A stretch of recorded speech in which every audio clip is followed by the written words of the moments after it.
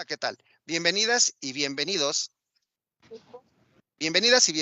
a una sesión más de los seminarios permanentes de educación continua del Sistema Educativo de Salud para el Bienestar, CIESABI, que contribuyen al desarrollo de competencias del personal de salud y favorecen la implementación del modelo de atención a la salud para el bienestar.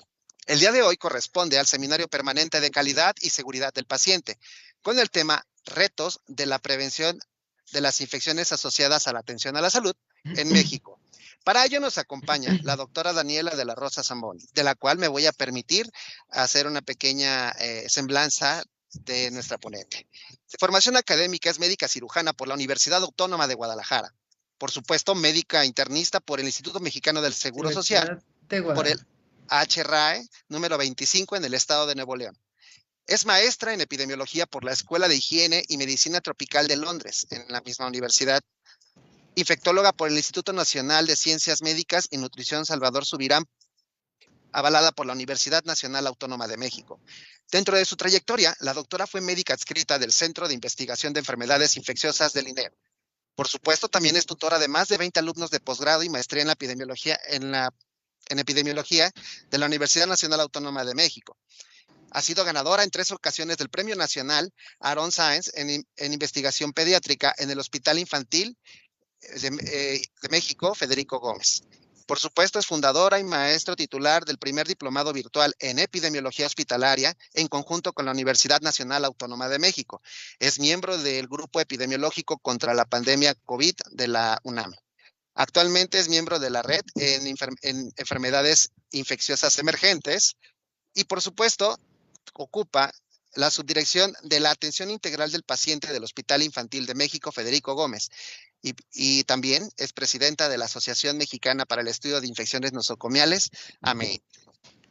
Doctora, para nosotros es un enorme gusto que esté con nosotros y bueno, le cedo los micrófonos para iniciar nuestra sesión. Muchas gracias. El gusto es mío y la pena también, qué barbaridad. Pero voy a hacer todo lo posible por acabar antes, hacerlo lo más dinámico posible. Dicen que no hay mal que por bien no venga, entonces vamos a tratar de hacer la dinámica y nada más en esta próximos 25 minutos vamos a hablar del tema. Voy a hablar del tema. Les agradezco a todos los que siguen aquí. Muchas gracias. Invitamos aquí personas de todas partes del país. Hay algunas, aparte de los del seminario permanente, también hay personas de la Asociación Mexicana para el Estudio y Control de Infecciones Nosocomiales, socios, no socios y algunas personas, algunos amigos también que les interesó estar aquí. Muchas gracias y de nuevo disculpas. Ustedes no lo van a creer, pero con todo el grupo de IMSS Bienestar estamos batallando con la tecnología desde 20 minutos antes del inicio. Y bueno, esta es la tercera computadora, el tercer dispositivo por el que intento y aún así tuvo que ser compartido. Pero ya estamos. No sé si tenga yo... Bueno, la siguiente, por favor. Bueno, cuando uno habla de prevención de infecciones asociadas a atención de la salud, estos en los retos, les vamos a decir IAS. Estos son los puntos que uno piensa que se suelen tocar, ¿no? Retos, IAS, MEAS, cuál es la percepción. Pero la siguiente, en retos de las infecciones, la siguiente, por favor. ¿Cómo le para poner la siguiente? A lo mejor si aquí, para que sea un poquito más fluido, si aquí en el chat pongo, ¿sí? No sé, ¿será? Pero bueno, definitivamente necesitamos una introducción, no sé ante qué público esté, y en esta diapositiva podemos observar miles de dólares, y eso es lo que cuesta cada infección. Podemos ver también las infecciones clave, las infecciones que por su importancia, mortalidad y costo se han considerado las más importantes en infecciones asociadas a atención de la salud. Vean cómo fácilmente se puede duplicar la mortalidad por una infección asociada a atención a la salud y cómo no es buena noticia, de hecho es una tragedia tener una IAS. En nuestro México, porque voy a tratar que todo se refiera a México, o la mayor cantidad posible de información se refiere a México, en nuestro México, en que 70% de la población se encuentra en economía informal, esto es que si no trabaja no gana, o gana muy poco, vean la tragedia que es la tragedia social para su familia, la pérdida de tiempo por una infección asociada a atención en la salud. La siguiente, por favor. Entonces, la OMS, dele otro clic, eso, la Organización Mundial de la Salud, la buena noticia es que reporta que 50% de las infecciones son evitables. La siguiente, y eso es muy bueno, y esta diapositiva que van a ver ahorita, a mí me gusta mucho porque, fíjense, población más, una persona más susceptible que un recién nacido prematuro no nos podemos imaginar, ¿no?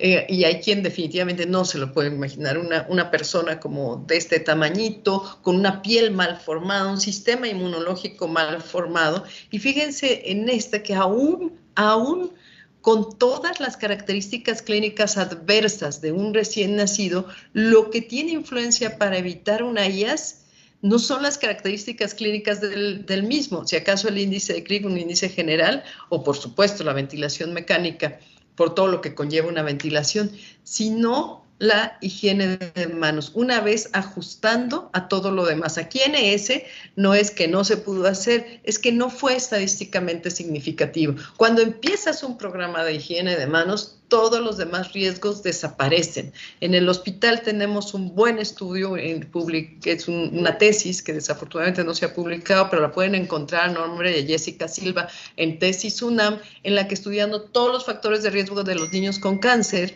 se llegó a la conclusión que portar un catéter y la adherencia a higiene de manos era lo único asociado a tener una bacteremia. La siguiente, por favor. Entonces, bueno, desde hace mucho hay miles de reportes de la eficacia de la higiene de manos. Este es de los que, pues, de aquí vino la adherencia de higiene de manos, del que salió, bueno, de aquí vino el monitorizar la adherencia, de aquí vino que los productos base alcohol, Didier Pitet, al ver en su hospital que la higiene de manos no se realizaba no se realizaba frecuentemente, empezó a ver por qué y encontró que uno de los factores era el tiempo, y entonces se necesitaba un producto que estuviera al alcance de la mano, que además fuera económico porque se necesitaba cada rato, y que además permaneciera en las manos el tiempo necesario para poder desinfectarlas. Y de los hospitales universitarios de Ginebra, Suiza, de ahí salieron los productos base alcohol. La siguiente, y de ahí que se utilice ahora el alcohol gel. Pero los retos, todos los que sabemos de infecciones, sabemos que el reto no es nomás que se laven las manos. Y el reto viene desde medirlas, desde ver cuál es el riesgo principal, de aplicar las medidas de prevención, que hagan caso para las medidas de prevención, porque no es fácil que se sostengan, y se le agregan el reto cada vez más creciente, que desde los 60 un ginecólogo en México dijo, la multidrogoresistencia, y antes en otras partes del mundo, One Health y la sustentabilidad, que ir hacia la ecología. Vamos a abordar cada uno de esos. Entonces, la siguiente, la medición confiable, ¿qué es lo que tenemos en México?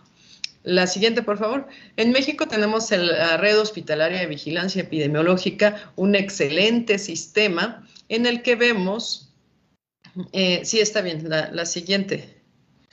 Pero bueno, antes de la Red Hospitalaria de Vigilancia Epidemiológica, tenemos el sistema de la OMS en el que pueden ver ustedes que bueno, realmente los que están en medición de infección de IAS saben que un 3.2% es muy difícil de alcanzar, entonces empezamos a tener algunas cosas raras. La siguiente, y ahora sí, la Red Hospitalaria de Vigilancia Epidemiológica, la veremos enseguida, perdón, ok. Pero hay reportes, no sé qué pasó ahí, pero bueno, hay reportes en México, o que incluyen, más bien que incluyen hospitales mexicanos.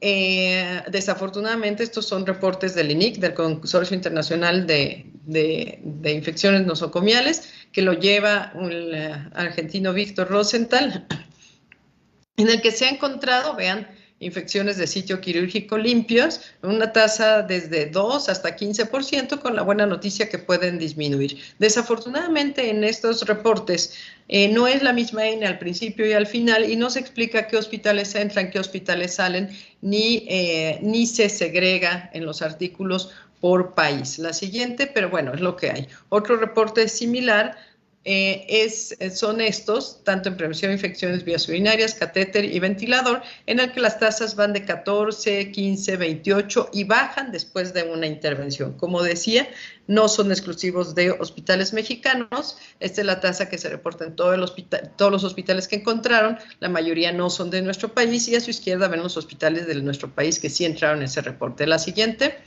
este es un estudio, ahora sí, de la Red Hospitalaria de Vigilancia Epidemiológica, y vemos algunas cosas un poquito raras. Por ejemplo, podemos ver que la tasa nacional de las CIAS en este estudio, del 1 de enero al 31 de agosto, primero, segundo y tercer lugar fueron en Ciudad de México, Jalisco y Veracruz, 20, 17 y 14, una tasa con un promedio de 9, la siguiente, y en este otro que es un año después, vemos que las entidades iniciales que se reportaron no tienen la misma tasa. De hecho, tiene una tasa muy distinta y es solo de un mes.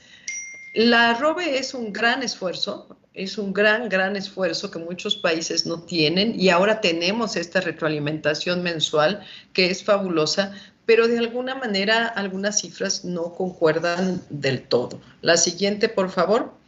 En la ROVE también, de acuerdo a la ROVE, nuestra principal infección asociada a atención de la salud tiene un pico muy alto, la infección de vías urinarias, aunque podemos ver que hay varios picos altos en neumonía asociada a ventilador, que es de alta letalidad. La siguiente, si juntamos las principales infecciones, solo por número podemos ver que la neumonía es el primer lugar, pero fíjense ustedes cómo si juntamos todo lo que es bacteremia, es decir, o que está relacionado a, es decir, bacteremia no demostrada, que no sabemos si en algunas de estas pueden haber bacteremias asociadas al catéter, pero que no salió la bacteria. Bacteremia primaria, también aquí pueden haber algunas infecciones asociadas al catéter o de torrente sanguíneo, infección del torrente sanguíneo demostrada por laboratorio e infección de torrente sanguíneo relacionada a bacteremia. Estas vemos que si juntamos todo esto, que finalmente es la terapia vascular, el número se hace incluso mayor que neumonía asociada a ventilador. Entonces podemos decir que es muy probable que nuestros dos principales problemas con el reporte que tenemos, que es de la Red Hospitalaria de Vigilancia Epidemiológica, sean neumonías y bacteremias. La siguiente. Si hacemos un análisis meticuloso, muy meticuloso, de juntar semana por semana, yo lo hice con ayuda de un gran amigo estadístico, bueno, que hace estadísticas avanzadas, y se dio la tarea de juntar todas las semanas epidemiológicas. Encontró algunas cosas, por ejemplo, del 2018 al 2019 había algunos estados que no había reporte. Vemos que hay una clara tendencia a aumentar, como se vio en todas partes del mundo con el COVID. Y las noticias, pues, no son buenas. Una tasa de 30, de 40, son tasas realmente altas. Se pueden traducir que 3 de cada 10, si la estancia del paciente es alrededor de 10 días, se puede traducir que 3 de cada 10 están infectando. La siguiente, si vemos aquí por qué se están infectando: E. coli, Pseudomonas, Klebsiella, Acinetobacter y Staph aureus. La siguiente, a mí me gusta hacer como un recuento de quién es cada uno, ¿no? Porque a lo mejor la tasa no sirve tanto, pero sí qué tipo de bichos. Pues E. coli y Klebsiella son enterobacterias que las encontramos pues en materia fecal y son los que llamamos coliformes. También pueden estar en piel, también pueden estar en boca, también pueden estar en muchos lados también, pero como todas, pueden estar en todos lados, como dice el asterisco de abajo, pero podemos pensar que está en materia fecal. Y la cuestión es que el mundo está lleno de materia fecal, en donde toquemos hay enterobacterias. Pseudomonas, Acinetobacter, viven más tiempo en superficie. Pseudomonas debemos orientarnos un poco a soluciones, Acinetobacter a superficies, neumonía asociada al ventilador, mientras Staphylococcus aureus a higiene de manos, están en la piel, aunque como decía, todas pueden asociarse a todas, y lo que que es grave, empezamos a ver, es el potencial de multidrogoresistencia. Todas tienen un alto potencial de ser resistentes. La siguiente, y algunas muy letales, la mayoría. Ahora, la anterior, los retos en limpieza y los retos, fíjense cómo las crucecitas, la anterior, por favor, cuando empezamos a hablar ya de quién es cada bicho, pues vemos que la mayoría con limpieza, desinfección, esterilización y en desinfección también del equipo que va a entrar a una superficie estéril, son factores importantísimos para erradicarlas. Eso nos puede decir que independientemente de las tasas que tengamos, limpieza, desinfección, higiene de manos, es algo que nos podría ayudar a disminuirlas considerablemente. Vean cómo E. coli y Klebsiella son además marcadores de agua segura, están entre los que llamamos coliformes. La siguiente, ahora, siguiendo con esto, aplicación de medidas de prevención. Lo primero que necesitamos es recurso humano. La siguiente, ¿qué nos dice del recurso humano la norma oficial mexicana? Dale así como varios clics. ¿Qué debemos tener una enfermera por cada 100 pacientes? Ok, este es un resumen de las actividades mínimas que una enfermera en prevención de infecciones tiene que hacer, porque no se debe limitar o no se limita a ir a ver indicadores, tiene que ver los pacientes si están infectados, vigilar sus dispositivos, vigilar el estado de sus dispositivos, dar educación in situ. Y cuando viene la campaña de vacunación también le toca, y si hay alguna epidemia, por supuesto, y tratar a los trabajadores, claro que sí, al menos referirlos. Bueno, pero tiene que comer también. Entonces, si sumamos el número de horas y alguien que está en prevención de infecciones va a decir, doctora, ese número de horas a la semana es bien poquito, porque puse así como si la enfermera estuviera corriendo para todos lados, ¿no? Haciendo todo lo mínimo que debe hacer.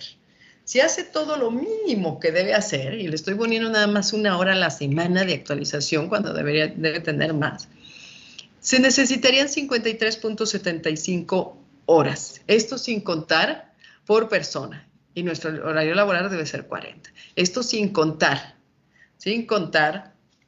que son pacientes, que el paciente esté multiinvadido y que no le lleve 20 minutos, le lleve 30 o 40 para revisar cada dispositivo. Como en muchos hospitales tenemos pacientes multiinvadidos, dado que la medicina ha avanzado y los pacientes son cada vez más complejos, tanto en piso como en terapia. La siguiente, entonces, empezamos a ver las faltas de recurso humano. En cuanto al autorreporte del programa de control de infecciones, encontramos que México está en amarillo, aunque fueron muy pocos hospitales de México los que reportaron a la OMS, es decir, que tiene programa, pero se implementa ahí más o menos. La siguiente, por favor. Siguiendo con el PCI, vemos que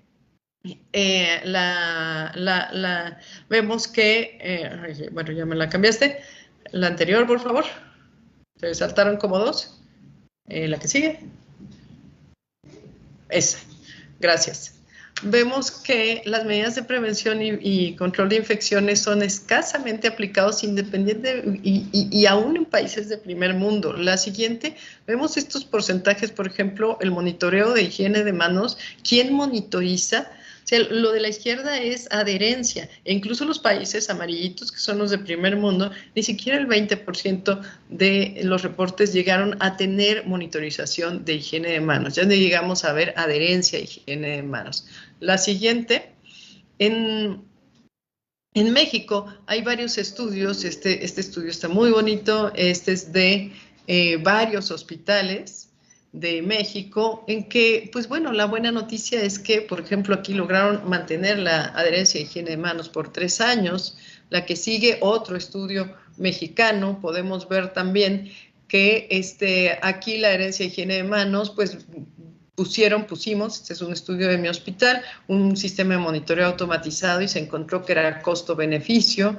La siguiente, esta es de otro hospital en Monterrey, en que vieron otra estrategia novedosa, videomonitorización en hemodiálisis, y lograron también aumentar la adherencia a higiene de manos. La siguiente, bueno, creo que ahí se me cortaron un par de diapositivas, pero no importa. Pero bueno, en la asociación, la siguiente, está bien. En la asociación, empezamos a ver cuáles eran los retos, ¿no? Ya vimos que hay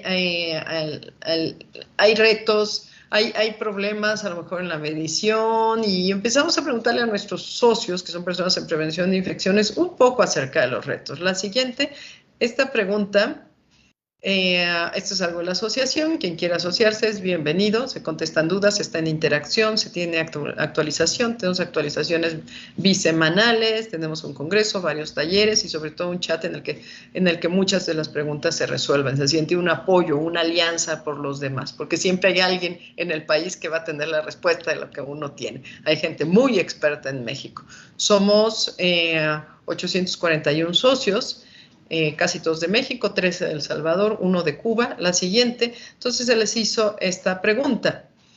¿Cuál es el principal reto en prevención de infecciones? Falta de conciencia, falta de apoyo de líderes, falta de personal dedicado a control de infecciones, falta de recursos, falta de capacitación, falta de personal en general, falta de sistema confiable en vigilancia. Calidólogos, ¿cuál creen que saldría? Piénsenle. Piénsenle. Le doy 10 segundos para pensar. A ver si le atino. La siguiente, pues llama la atención que no fuera falta de recursos, sino falta de la conciencia e importancia y falta de apoyo de líderes. Y esto está asociado a falta de recursos. Si los líderes no están bien concientizados, pues no vamos a tener muchos recursos. Y falta de conciencia en la importancia, y probablemente esto viene desde la formación desde la formación universitaria. También se les preguntó, la siguiente, por favor, a ver, en una mesa de discusión que se tuvo hace un año en el Instituto Nacional de Perinatología, en el INPER, cuál es, si en cambio, el sistema de cambio, cambio del sistema, perdón, si la principal área de oportunidad era el área administrativa. Y aquí vemos algo más o menos asociado con lo de líderes. La gran mayoría estuvo totalmente de acuerdo. Área de administrativa y compra. La siguiente, y bueno, ¿qué tanto saben de prevención de infecciones? La mayoría supo una pregunta muy básica, que es un paquete preventivo, y la mayoría supo, el 88%, lo que era un paquete preventivo, que es mucho más que una lista de cotejo. La siguiente, entonces estamos hablando con personas que más o menos entienden de prevención de infecciones, y al preguntarle, además de esto, ya yendo al tema siguiente, multidrogoresistencia, el acompañamiento antibiótico, que idealmente se necesita un infectólogo, ¿cómo funciona en epidemiología e infectología en su hospital? Pues tenemos que el 80%, vemos aquí nuestro Pareto, es que les gusta el Pareto, a mí también me gusta, de hecho me encanta, el 80% está en no tenemos infectólogos. La siguiente, aunque los que tienen, el 80% sí trabajan en conjunto. Esa es una buena noticia de epidemiología e infectología. La siguiente, bueno, hemos tenido problemas en agua, no voy a ahondar más en esto, que definitivamente puede ocasionar problemas en el control de infecciones. La que sigue, por favor. El tema siguiente es sostenibilidad. ¿Qué tanto se sostienen las medidas de prevención de infección? ¿Las podemos sostener en México? No hay tantos estudios. Está muy bonito, el Instituto Nacional de Ciencias Médicas y Nutrición, en que lograron aumentar de 40 a 60 y pico en 10 años y sostenerlo, con más de 60,000 oportunidades. La que sigue, por favor. Este es otro estudio en el que además demostramos que la adherencia sostenida, higiene de manos, disminuía las bacterias del grupo escape. La que sigue, y después de 2 años de adherencia, vean abajo está por cuatrimestres, y vean cómo después de 2 años de tener una adherencia sostenida, higiene de manos de más del 60%, que es la línea negra, los colorcitos ya no se repiten. Eso quiere decir que la misma clona de Staph aureus no vuelve a aparecer. El rosa de la penúltima fila, el que está abajo con uno como azul marino arriba, no sé cómo lo vean, pero es un rosa nuevo, no es el rosa que está en 7, no es el rosa que está en 4 QT. Cuando al principio, cuando la adherencia era baja, vean cómo no solo teníamos más casos, sino que los mismos colores, la misma clona se repetía. se repetía incluso en 8 meses, se volvía a presentar la misma. Y cuando mantienes la adherencia alta, la mantienes, pues bueno, al transmitir cada vez menos bacterias del ambiente, porque te estás haciendo adecuada adherencia y higiene de manos, pues ya no estás pasando las mismas bacterias que tienen en el hospital. Si no estás pasando nuevas, pero en un porcentaje mucho menor, como se vio en la anterior. La siguiente, por favor. Entonces, está este otro estudio, también orgullosamente de mi hospital, en el que se pueden sostener medidas de prevención. Este es un estudio realizado a 10 años con todas las medidas de prevención para, en este caso, neumonía no asociada a ventilador, donde además encontramos que el uso universal de cubrebocas, la pandemia tuvo un efecto muy importante junto con las demás medidas, aunque el uso fue el que tuvo el efecto independiente importante para disminuir las neumonías no asociadas a ventilador. Pero podemos ver también una asociación directa entre el número de medidas que se van implementando. En cada escalón se implementaba una medida y luego se sostenía por el tiempo, la importancia del sostenimiento. Hay una asociación directa entre el número de medidas que se implementaban y la disminución de neumonías no asociadas al ventilador. En fueron 74,000 pacientes por algo así como 800,000 días paciente. La siguiente, por favor. Entonces, yendo al último tema, la que sigue. Resistencia bacteriana. Está este super reporte, GLASS, de la Organización Mundial de la Salud. Hasta el momento que hice esta diapositiva, México no reportaba. La siguiente. Entonces tenemos, afortunadamente, algunos reportes locales. En la siguiente, la siguiente, por favor. El programa universitario de riesgos epidemiológicos, en el que encontramos, bueno, no sé si se les esté pasando en sus equipos. En el mío no está pasando la diapositiva.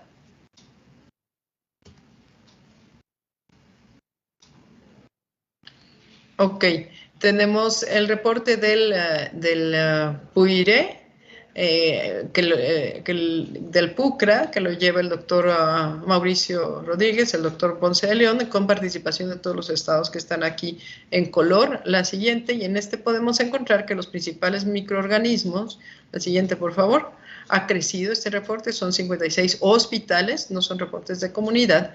Fíjense, dale un clic más, como las mismas bacterias que encontramos como principales en las infecciones asociadas a atención de la salud también son las que están generando resistencia. Acinetobacter es algo que puede ser desesperante ver que 2 de cada 10 aislados pues ya tengan pandrogo resistencia. Esto es que ya no sirve ningún antibiótico.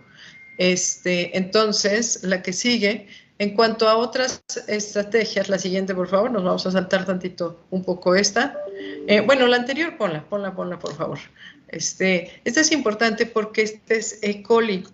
Y vean cómo las quinolonas están en 60% o más de resistencia en la mayoría de años, y las quinolonas se utilizan comúnmente y provocan bombas de flujo, y las bombas de flujo es un mecanismo de resistencia que hace que el microorganismo pueda ser más resistente, que pueda hacer resistencia a todos los demás grupos de antibióticos excepto carbapenémicos. Mucho ojo. Afortunadamente, la buena noticia es que aquí nitrofurantoína, que es de un solo grupo de antibióticos y que no hace resistencia cruzada, todavía parece tener un efecto. Pero son aislamientos hospitalarios. La siguiente, por favor.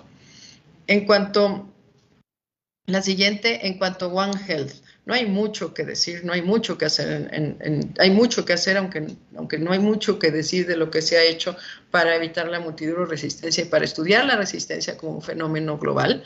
Por ahí el año pasado hubo el primer Congreso Nacional de Seguridad y Sanidad Agroalimentaria donde se habló del tema. También algunos esfuerzos con los niños. Ahora tenemos que aprender de nuestros niños, les están enseñando, esperemos que en la mayoría de lugares, cosas que nosotros no aprendimos, como el proyecto One Health, en que la salud de las plantas, la salud de los animales, la salud del ambiente y la salud del ser humano están correlacionadas. La siguiente, por favor, porque son partícipes de la multidrogoresistencia. Concluyendo, en México se ha trabajado en prevención de infecciones, principalmente en reportar en el primer paso. Todavía hay algo que hacer, hay bastante que hacer, pero tenemos los reportes, que no ceda la arroba, que siga cada vez superándose. El desafío principal es difícil de determinar, ¿no? Está algo en la medición confiable, algo en la conciencia y algo en lo que viene. Multidrogoresistencia, falta de agua, de medidas sustentables. Pues esto es todo. La siguiente, por favor. Yo soy la doctora Daniela de la Rosa Zamboni. La siguiente, por favor. Este es el correo de la asociación. También mi correo personal es rzdaniela, por si alguien quisiera información. hotmail.com. Y bueno, quieren saber algo de la asociación, pueden escanear este código QR y llenar un cuestionario. Muchas gracias. Acabamos a tiempo. Si es que una hora lo tenían puesto. Es todo.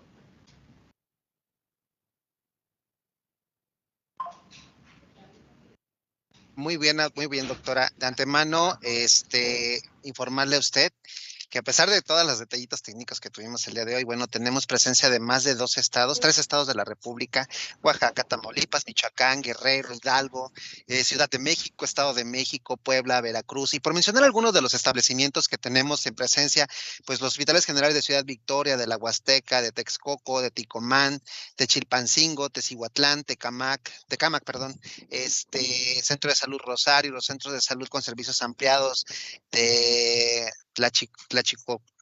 Tlachicocuac, se me olvida cómo se pronuncia. Y bueno, tenemos bastantes aportaciones también de parte del Facebook. Felicitaciones a su ponencia, doctora.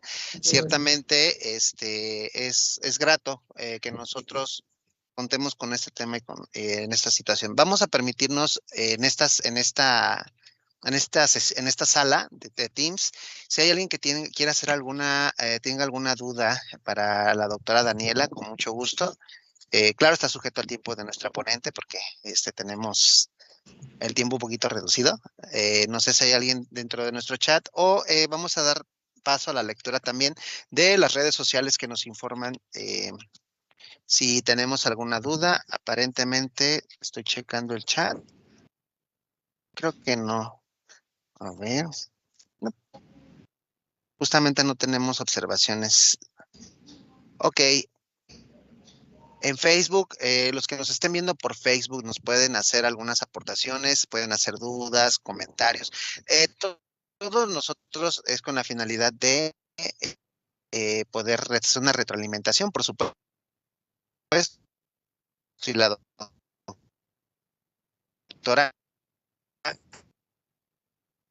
está en la mejor disponibilidad, ¿quién mejor que la presidenta del AMEIN para que nos pueda recibir?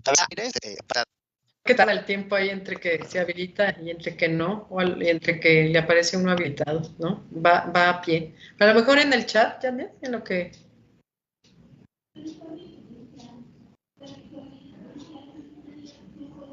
Sí, porque también eso me pasó. Los compañeros ya habían habilitado y a mí no me aparecía nada.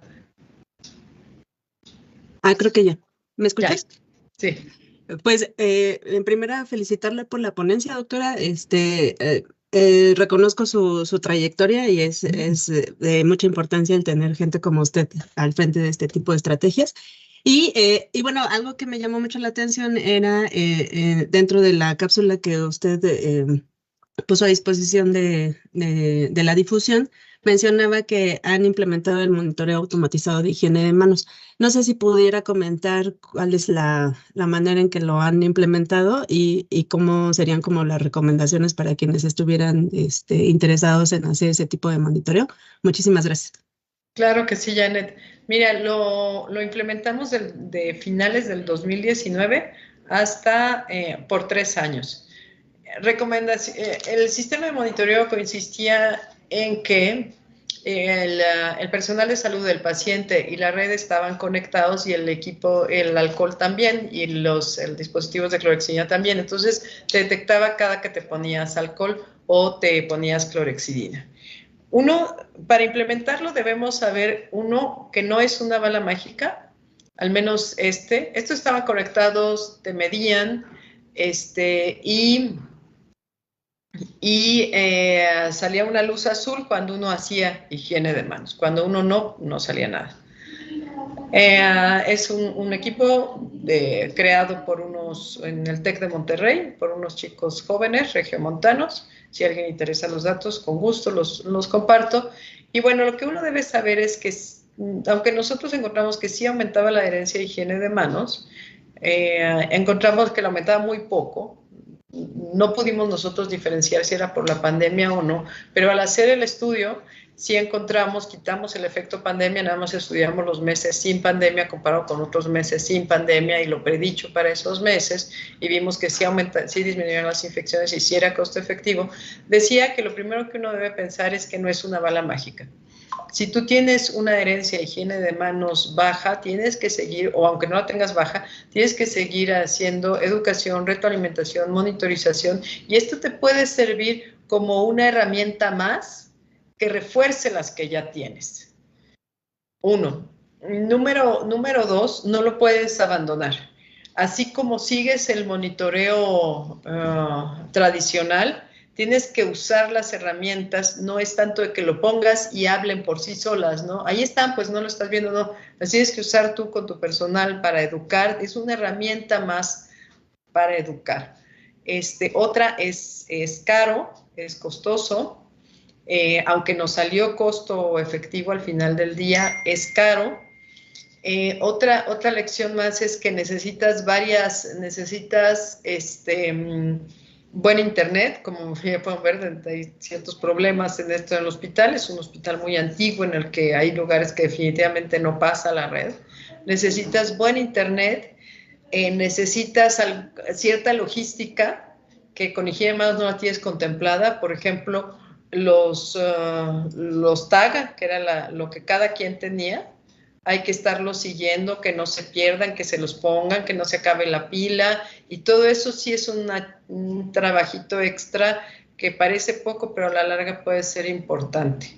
Nosotros pusimos, y a lo mejor eso nos ayudó a no tener ninguna queja de que se les estaba monitorizando o algo, nosotros hicimos junto con el sindicato una carta de que lo están usando y que es su responsabilidad y que tengan cuidado de no perderlo y todo, para no tener tampoco cosas después de que la gente lo pierde, se siente vigilada o cosas así, ¿no? De que van a pensar que hasta donde estoy en el baño me están monitorizando. Entonces hicimos una carta que firmaron.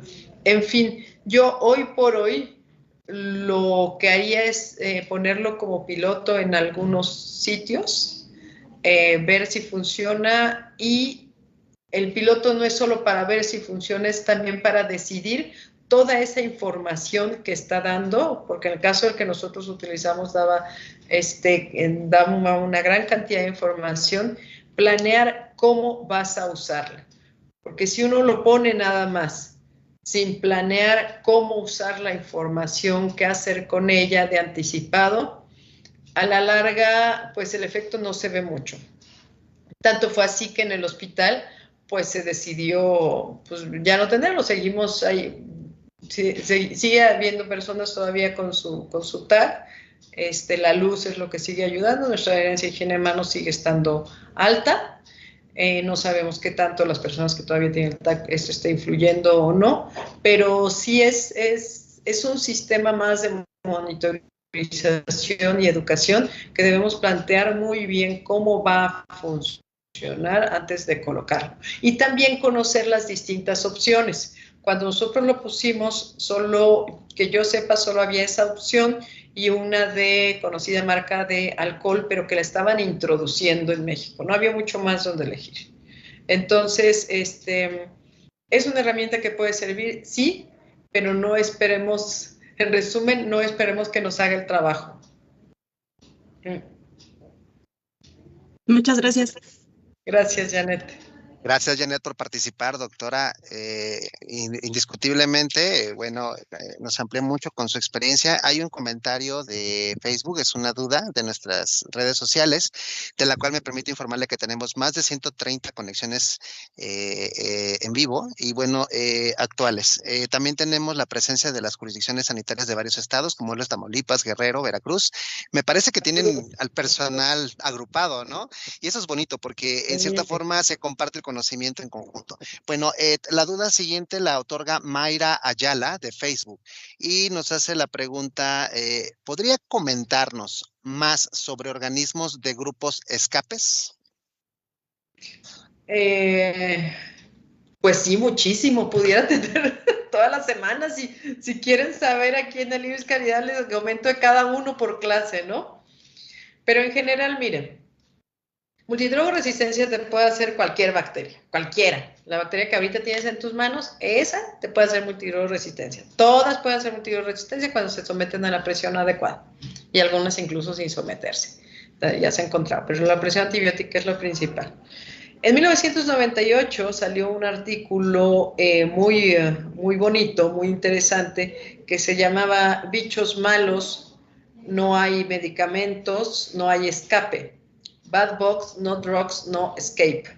Que era como juntaba, ¿no? Escape con las iniciales, y que resultó que cada una de las bacterias que se correlacionaban más con multidrogoresistencia formaban este acrónimo, escape.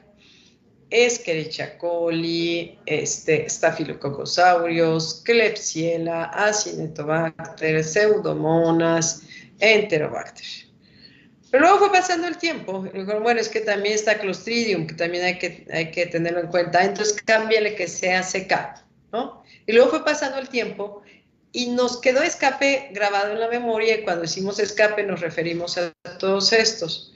Pero hoy por hoy, más bien, la manera más correcta de llamar porque se refiere a los microorganismos que fácilmente van a hacer drogoresistencia. Entonces, hoy por hoy queda más bien no fermentadores, porque no están solo Pseudomonas y Acinetobacter, también está Stenotrophomonas, por ejemplo, y fermentadores de la lactosa, que son enterobacterias, las bacterias que encontramos en el intestino, que no solo es Escherichia coli y Klebsiella. Entonces, si ahora tú buscas, que a lo mejor es lo que hiciste, ¿no? Buscaste escape y no encontraste nada muy reciente, si ahora buscas como tal los reportes de multidrogoresistencia, no lo vas a encontrar, más bien busca drug resistance, bacteria resistance o cosas así, para encontrarlos, porque ahora más bien es enterobacterias, no fermentadores, y ahí se meten los distintos grupos, Staphylococcus y Enterococcus, ¿no? Entonces, ese es de donde vino. En general, uno lo sigue usando como mnemotecnia, a lo mejor mal, o a lo mejor bien, porque muchas veces lo práctico es lo que guía. Uno lo sigue usando como mnemotecnia para acordarse de que todas estas bacterias, cuando salgan, tienen potencial alto de resistencia. Y bueno, ya lo vimos, las seguimos encontrando en nuestras infecciones asociadas a atención de la salud y en la multidrogoresistencia, de acuerdo a algunos reportes de drogoresistencia confiables en México. Pero si quieren alguna sesión de microbiología para calidólogos, encantado, ¿eh? Excelente, doctora. Bueno, se unen a las felicitaciones, doctora, en relación a esta ponencia, que en lo personal es muy buena. Se unen también el Hospital de Yucatán, el HRAE de Oaxaca, que bueno, se suman a las felicitaciones por la ponencia, el Hospital General Adolfo Prieto. Saludos. Desde Zapopan, Jalisco, por supuesto, Chiapas, de Jalapa de Méndez de Tabasco. Y estamos esperando si hay algún otro comentario en nuestras redes sociales de Facebook, X o inclusive Instagram, pero aparentemente no tenemos nada. En la sala me parece que no hay mayor. Pueden participar, compañeros, y aprovechar el expertise de nuestra invitada del día de hoy, que es muy especial para nosotros y nos enorgullece que esté pues compartiendo con nosotros este espacio. Muy pocos profesionales a nivel nacional pues nos pueden compartir la calidad de información que ella tiene. Entonces hay que aprovecharla. Qué barbaridad. Y no va a ser ni la primera ni la última que va a estar aquí con nosotros. Bueno, Ya. si no hay mayor comentario, doctora, me agradaría mucho, la doctora Anel, ¿la quiere saludar? Muchas gracias. Un paréntesis nada más. Por ahí pidieron los artículos de la presentación. Ok, Los artículos de la presentación están libres en internet, la mayoría. Con toda confianza, compártenles aquí en el chat la presentación, úsenla, publíquenla, háganle lo que quieran, no hay nada oculto ahí. Úsenla para educar, para capacitar. Nada más que al usarla, estudien, ¿no? Si cacho alguno que usa la pura presentación sin haber estudiado el tema que está ahí, ahí sí ya se las recojo. Lo demando, ¿no? Pero está para eso, para difundirla. Yo no tengo ningún inconveniente con que la usen. Si quieren ponerla aquí en el chat, yo no puedo por las cuestiones técnicas que ya hemos hablado, pero estoy en otra computadora que no es mía, aquí no tengo la presentación, pero con gusto úsenla y pueden buscar las presentaciones que quieran en la red. Sí, está toda referenciada. sí, claro. Sí, con gusto, doctora Anel.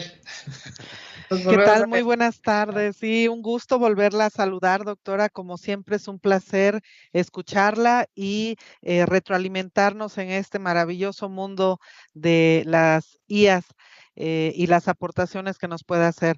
Recibe un saludo a nombre del doctor Rosbel Toledo Ortiz, quien en este momento, por cuestiones de agenda, se encuentra atendiendo a instrucciones de nuestra titular de la Unidad de Atención de la Salud. Sin embargo, la encomienda es reiterarle nuestro agradecimiento por el espacio otorgado y pues sigue la invitación abierta para que sigamos escuchándola y que compartamos varias actividades enfocadas al fortalecimiento de la atención a la salud con calidad. Muchísimas gracias, doctora de la Rosa. Muchas gracias por la invitación. Estamos a la orden y pues algún otro tema que salga, pues yo la verdad que más que encantada de transmitirlo. Yo creo que las personas que están en calidad deben saber de prevención de infecciones y un poquito de infectología, y los que están en prevención de infecciones deben saber también mucho de calidad, de estrategias de mejora, de cómo juntar, ¿no? Cómo juntar las estrategias de mejora de calidad para la implementación exitosa de programas de prevención, porque finalmente la implementación exitosa de programas de prevención de infecciones puede llevar muchas estrategias de calidad, los círculos de Deming o el círculo de mejora continua. El análisis de Pareto, la mejora continua, ¿no? Creo que definitivamente son departamentos, servicios o disciplinas que debían trabajar juntas o compartir herramientas, ¿no? Así es. Pues muchísimas gracias. Yo termino mi participación. Un abrazo, doctora, y seguimos en comunicación. Muchas gracias. Un abrazo a todos. Pues bueno, doctora, agradecerle su participación a todos. Nada más recordarles que tenemos la próxima sesión el 4 de julio con el tema de humanización de la atención sanitaria como pilar fundamental de la calidad para el cuidado de la persona. Y bueno, tendremos a un invitado de España y doctora, pues, por supuesto, seguiremos estando en contacto con usted para poder continuar con estas sesiones que son bastante productivas y provechosas para todo el personal a nivel nacional. Agradezco a todos los que estuvieron aquí presentes. Doctora, un fuerte abrazo de nuestra parte. Un abrazo, e igualmente podemos en la MEIN difundir sus sesiones y también puedo yo seguir pasando las sesiones que tenemos en la MEIN para seguir con esta educación y esta interacción de la que hablábamos, ¿no? Totalmente de acuerdo, doctora. Pues no, que todos pasen un estupendo día. Gracias por estar con nosotros. Gracias. Hasta la próxima sesión.